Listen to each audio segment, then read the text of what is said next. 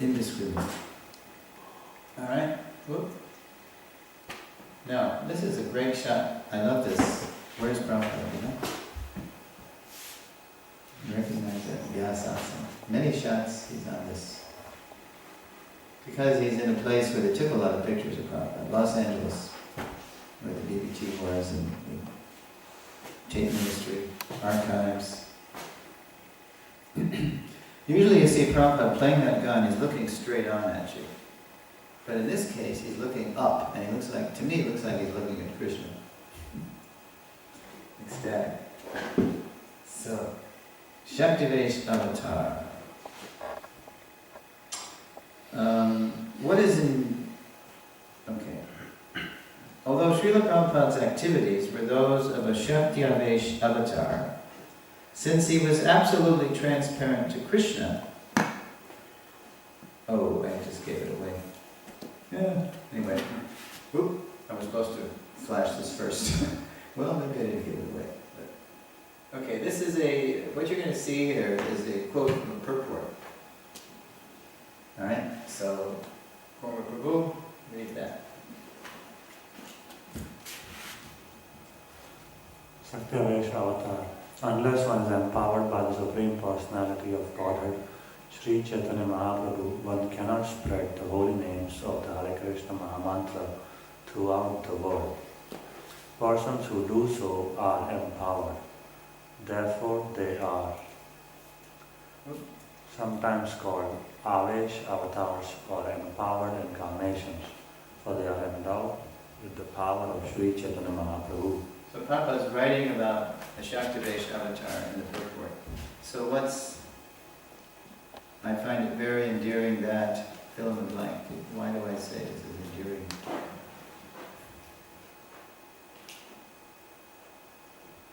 Prabhu's describing himself. Yeah, he's describing a Shaktivesh avatar, but he, the writer, fits that description. But he's never saying it's me. This is one thing George Harrison always said he liked about Prabhupada. He never said, I'm the avatar, I'm the incarnation, I'm the greatest. Like someone who just passed away last night. Mama Muhammad Ali has passed from the scene. All of America is in mourning now.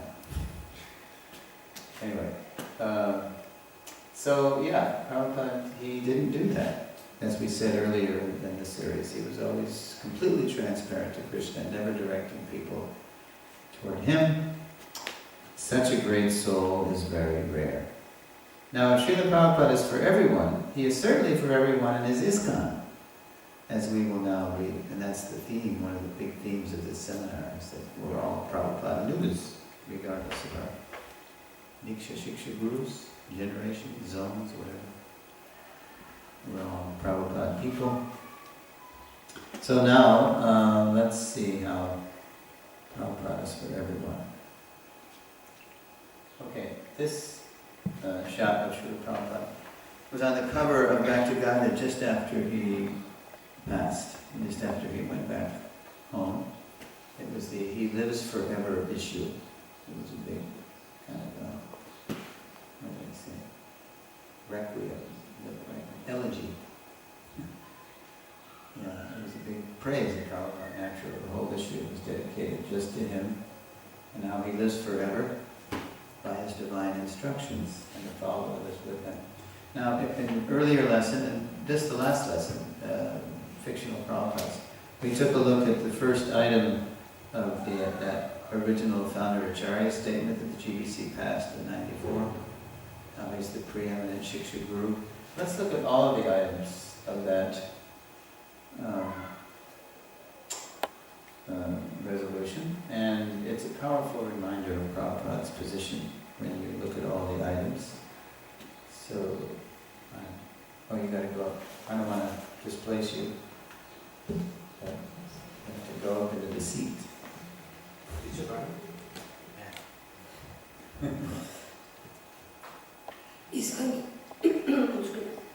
ISKCON's founder Acaraya in 1994, GBC Resolution 35. The founder Acaraya stating, A. Srila Prabhupada is the founder foundational Siksha Guru for all ISKCON's devotees. And you see dot, dot, dot after each one, because there's more than just giving up to see, get the gist so we can fit it all compactly. B. Srila Prabhupada's instruction are the essential teaching for every ISKCON devotee. Now this is back in 94. See, we don't need more legislation, we need more education. C. Srila Prabhupada's books are the embodiment of his teaching and should be accepted as a standard by all future generations of ISKCON. At the same time, he wants every generation to produce literature. That was one of his criticisms. There's more coming.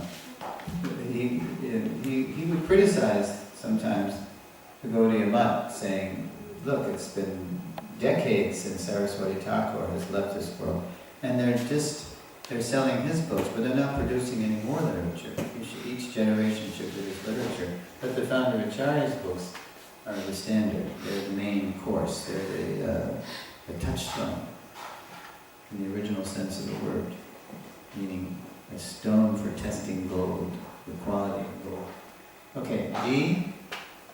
Srila Prabhupada should be worshipped daily by every ISKCON member. D. Every spiritual master is responsible to guide his disciple to follow Srila Prabhupada's instructions. Yeah.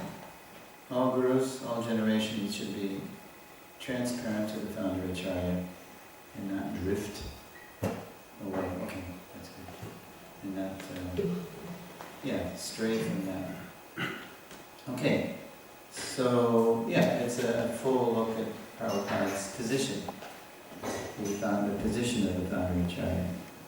Despite more founder Acharya resolutions since then, on the whole we've been slow to understand that our relationship with our founder Acharya is foundational and pivotal, the relationship around which all others turn. On this point, we don't need more legislation, we need more education. Now we get into that part of the lesson is about how Prabhupada's for everyone. If he's for everyone, he's certainly for everyone in this time. His own Sangha. But the previous slides were meant to say that Prabhupada's for everyone. In or out of ISKCON, he's not the guru of a sectarian institution. Okay, now, I made this little collage. Just a reminder of just some of the Prabhupada's aspects. It's not meant to be exhaustive, but it's meant to remind us that Prabhupada is a transcendental Renaissance man. Who's the archetype of the Renaissance man in Europe, since we're in Europe? Who do they always present? Da Vinci.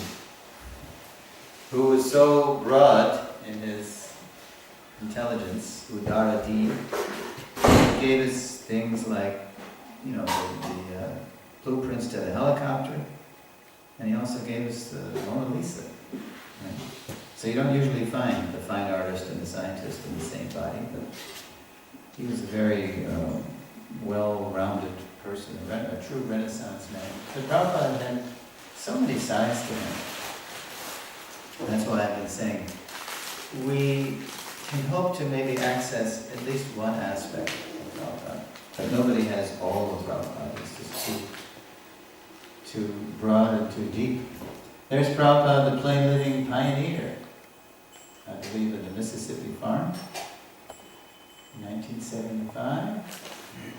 There's Prabhupada, the World Sankirtan Party leader. In the early days, Prabhupada would talk about the World Sankirtan Party, how he wanted to go around the world with his disciples on Sankirtan. Where is he there? San Fran, it's a good bet. There he is. Hippie Hill, right? Good. Here's a Islamic reader. Hippie Hill, this person became a sannyasi. That's Subal. This person's very familiar. I don't know who he is, but I think he's the son of some devotee. Yeah, Prabhupada, if you've seen the movies, Prabhupada is in the middle on Hippie Hill, and he's chanting Hare Krishna, and he looks like a maestro, just conducting an orchestra, or maybe a lion tamer would be a better image. Because there are these rings of young people around him, dancing wild. They're like wild horses. And Prabhupada's kind of calm in the middle of the storm. He's just chanting Hare Krishna very, calmly, or not calm, what's the word? In a very dignified way. And all these people are like tripping around him. Okay, there's Prabhupada's early West Coast shot. What was that? Yep. Malati Ma. Now, in an earlier incarnation. Now she's a GBC. I really love that. She's obviously loves Prabhupada. She's looking at Prabhupada with such affection and awe at the same time. It might have been the time Prabhupada, they said in the West Coast, they used to go to the beach and have bonfire kirtans. And they used to roast potatoes over the fire. And then I think in the beginning they had marshmallows before they knew that marshmallows weren't offerable. They had jelly. Gelatin, right? Gelatin from cow. Yeah, I think they got rid of the gelatin, rid of the marshmallows. And then during the and then had big kirtan with Prabhupada, and then Prabhupada led the kirtan, and then he'd say, God, and he'd do the whole praying of money, and then in one bonfire he said, all glories to the Pacific Ocean. All glories to the Pacific Ocean. They thought it was so cool that he was glorifying their ocean, Yeah. Okay, so there's Prabhupada. He's the power of all kinds of, Prabhupada could work with traditional ladies, modern ladies. You couldn't put Prabhupada in a box when it comes to engaging women without getting into the issues. Can ladies be Diksha gurus? Never even came up in India. That question never even occurred, because it's so uncommon. But you better believe it came up in the West. From Joe O'Connell, professor of Asian Studies, I forget exactly his, in the University of Toronto, just passed on recently. A good friend, he gave some good reviews to Prabhupada's books that are enshrined. One is enshrined in Prabhupada's Samadhi in Mayapur.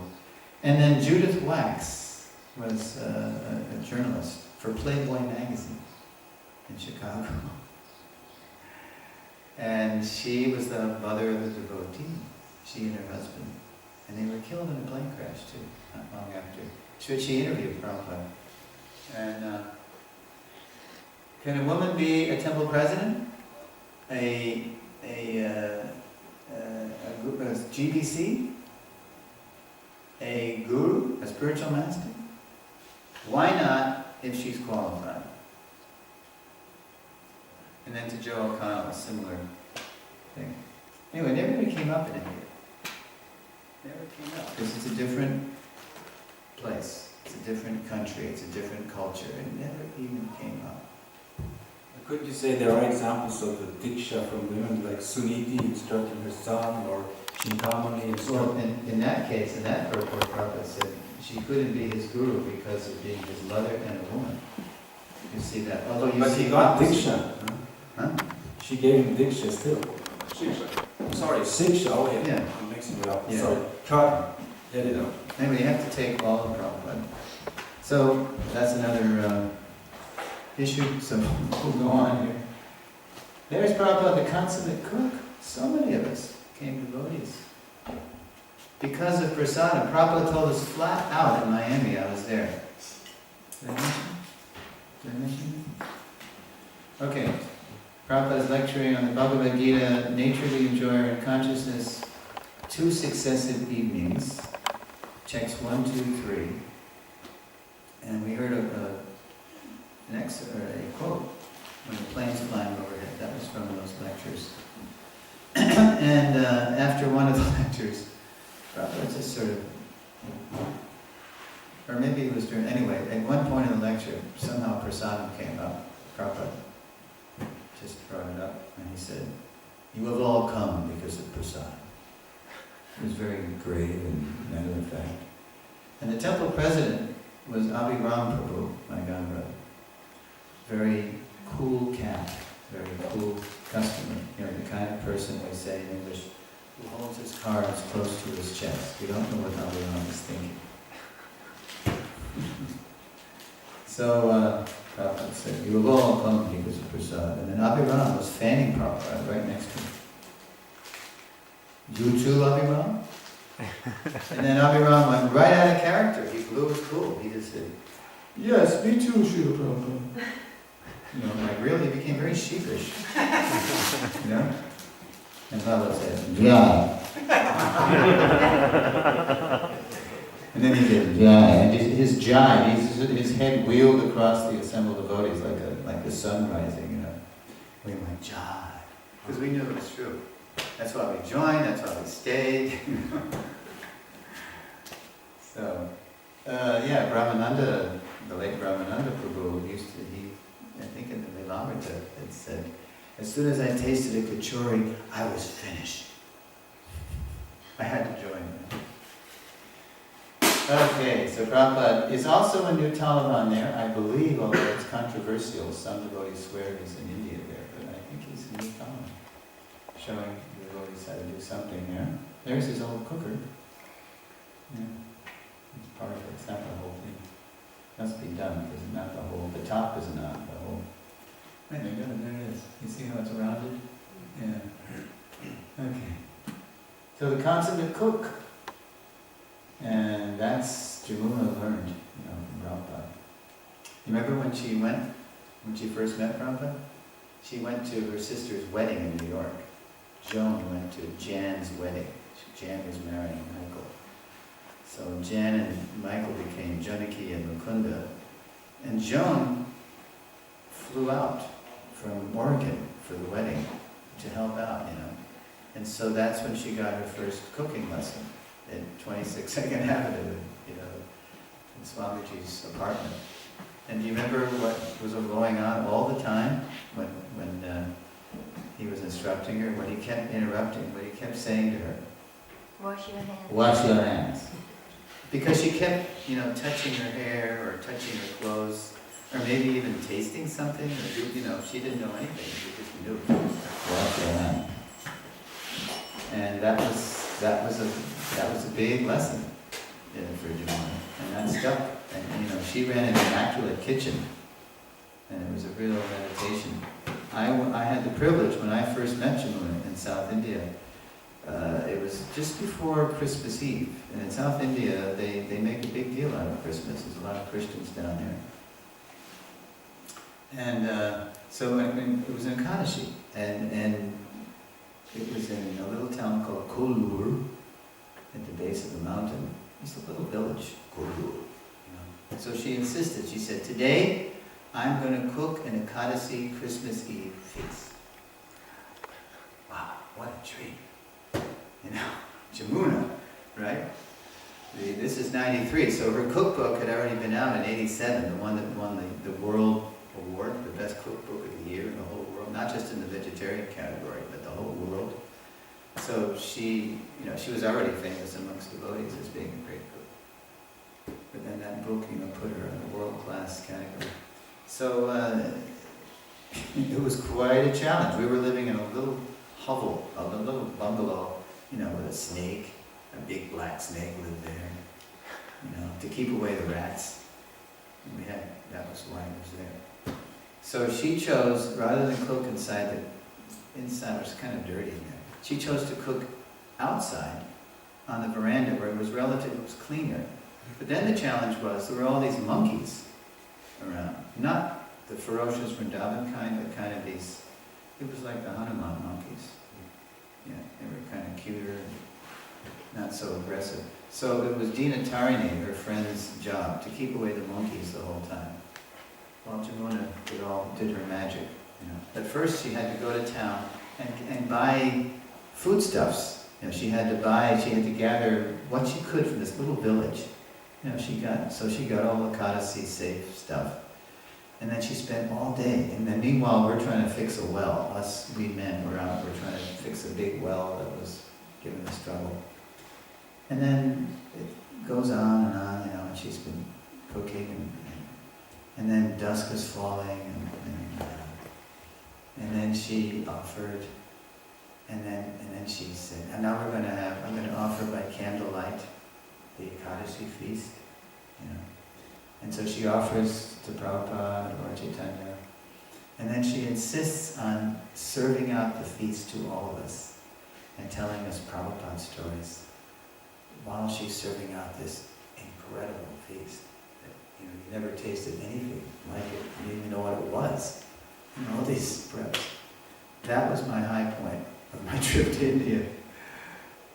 Just hearing Jamuna tell stories about Prabhupada and tasting her Ekadasi feast. So, there's Prabhupada. That's just one aspect of Prabhupada. So when you talk to Jamuna, you were getting Prabhupada the cook, Prabhupada the musician, Prabhupada the culture conquistador. Now here's Prabhupada. Anybody to do anything who has anything to do with his books, like today, book distribution, or if you read Prabhupada's books, or if you teach from the books, if you write articles based on the books, whatever you do, distribute the books, work on the books, if you're in the BBT, then Prabhupada's your hero. So there's Prabhupada. This is a frame from a movie that maybe you've never seen. It was only a 20-minute movie called Brilliant as the Sun. Has anybody ever seen that? I think so, yeah. Okay. It was about how the books are produced. And here's the Gangotri, here's the fount, right? Here's Prabhupada dictating them. This is where the torrent of mercy starts. And there's Prabhupada. He had this book, commentaries of the previous acharyas. I think there were 12 of them. And then he'd weave into his purports their realizations and his own unprecedented realizations from doing the unprecedented work of spreading Krishna consciousness all over the world. So he was dictating, and then the movie showed how the books, the tape went to the editor, and then questions back to Prabhupada, and then all of the BBT, what we had to do to turn it into a book. And then the distributors going out, distributing the books, and then people getting the books. You saw encounters that were staged on the street, And then the people coming to the temple, and taking prasad, and then maybe becoming devotees. And then becoming book distributors. It was a whole cycle. So Prabhupada, the literary Acaraya, dictating books. Here's Prabhupada, the mantra upasaka, spreading Krishna consciousness all over the world, and the fearless installer of deities all over the world. As we mentioned, Prabhupada installing Lord Jagannath first. That was the first deity, the first three-dimensional deity. And where is Prabhupada there? Anybody know? 1973, that's a big hint. Yes, summer 73. It's Janmashtami. He's installing Sri Srila Gokulananda. In London? In the manor. Yeah. Yeah, country London. That's part of the movie. If you've seen the movie. He's jumping, he starts jumping. And then he starts circumambulating the deities. They're all going around. Prabhupada's arms are so long. He looks long there, yeah. Prabhupada sometimes would say, I remember when I was a child, I was jumping and running. And I still want to jump and run, but I cannot jump. But sometimes he did. Sometimes, like in 73 Rathayatra, I think that's the one where he was dancing for so long, even though he was sick. So this is just a hint of the many sides of Srila Prabhupada. So we can connect with any one of those sides, if we so desire. Because we all have our natures, so we're going to be attracted more to some aspect than others, perhaps. So let's look at connecting. Whoop. Uh-oh. All right. Now, there's Prabhupada. He's at Stowe Lake. This is also Golden Gate Park. A nice Golden Gate Park is an amazing place. It's a big place, and there's all these different geographical features. And one nice lake is called Stowe Lake. Prabhupada would take morning walks there in the mist. Especially like the dell, the rhododendron dell. There's this one place where the rhododendron flowers really like that area. I was walking. And now you're going to hear an audio now, and here's the context.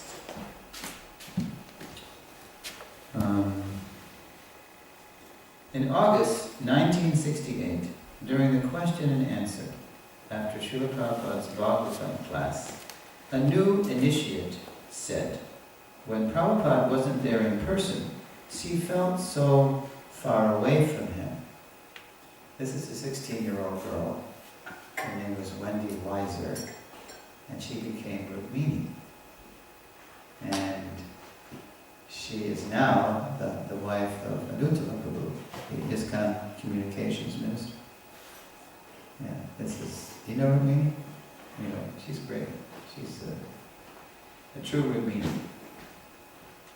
Queen, Jew queen. So, anyway, she was a 16-year-old girl in 1968, and you could hear her on the tape saying, when you're not here, I feel so far away from you. What is that? And then Janardhan says, Janos Dambergs, who became the first Janardhan, said, she's saying that when you're not here, Srila Prabhupada, that she feels so far away from you. And then you hear Prabhupada respond in the audio as if he's surprised. I mean, it's not surprising, but he's responding in a certain way to instruct her that there's really no need to feel that way because I'm always with you. And then he gives a beautiful analogy. So let's hear Prabhupada in August 68 answer Rukmini's concern. That you do not think there are two consciousness, the physical consciousness and the vibration consciousness. The physical consciousness is temporary, and the vibration consciousness is eternal. Just like we are enjoying or we are relishing the vibration of Krishna's teaching. So my vibration is present. As soon as we chant Hare Krishna or chant Bhagavad Gita and Bhagavad, so it is present immediately. My vibration. So we should give more strength on the sound vibration, either of Krishna or the spiritual master, then we happy and also this. I really like that analogy. Krishna, it's been over 5,000 years since Krishna was here. But as soon as we open the Gita, and we hear Dehi Nosmin or any of these verses, that's Krishna. Captured in sound, by his separated energy. So similarly, when we read the spiritual master, especially Prabhupada, the Jagat Guru, and we hear his voice, he's present. So without saying Vanyam or Vapu, Prabhupada spoon-feeding Rukmini and all of us the conceptions, the physical, the Vapu, and the vibration, the Vani. And I just found it very brilliant that Prabhupada made that analogy to the Gita. So that's certainly one way we can all connect with Prabhupada. We always hear about the importance of reading Prabhupada's books. Just ask Prabhupada's Prabhupada's use of vibration